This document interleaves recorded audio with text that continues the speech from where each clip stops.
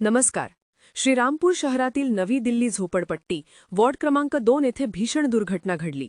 भंगार गोळा करून विक्री करणाऱ्या संगीता दिलीप सोनवणे या महिला आपल्या घराबाहेर भंगारामधून आणलेल्या फ्रिजचा कॉम्प्रेसर फोडून त्यातून कॉपर काढण्याचा प्रयत्न करत असताना अचानक कॉम्प्रेसरचा स्फोट झाला. या स्फोटात बाजूला बसलेली त्यांची मुलगी रोशन दिलीप सोनवणे वय 18 वर्ष ही गंभीर भाजली असून तिला तातडीने उपचारासाठी पीएमटी रुग्णालय लोणी येथे दाखल करण्यात आले आहे.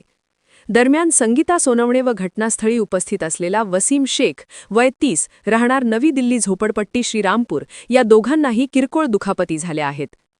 आम्हाला फिरोज पठाण यांनी फोन करून कळवले की नवी दिल्ली वार्ड नंबर 2 येथे काहीतरी कशाचा तरी स्फोट झालेला आहे. सदर ठिकाणी आम्ही येऊन खात्री केली असता सदर ठिकाणी हे मिळून आलेले आहेत. हे कशाचे तुकडे ते अद्यापर्यंत काही सांगता येत नाही. फॉरेन्सिकच्या टीमने ते कलेक्ट केलेले असून सदरचे तुकडे पंचांच्या समक्ष आम्ही जप्त करीत आहोत.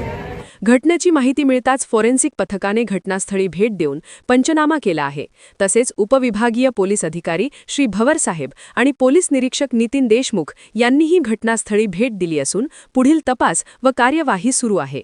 या घटनेमुळे परिसरात एकच खळबळ उडाली असून भंगारातून धोकादायक साहित्य हाताळताना आवश्यक खबरदारी घेण्याची गरज पुन्हा अधोरेखित झाली आहे.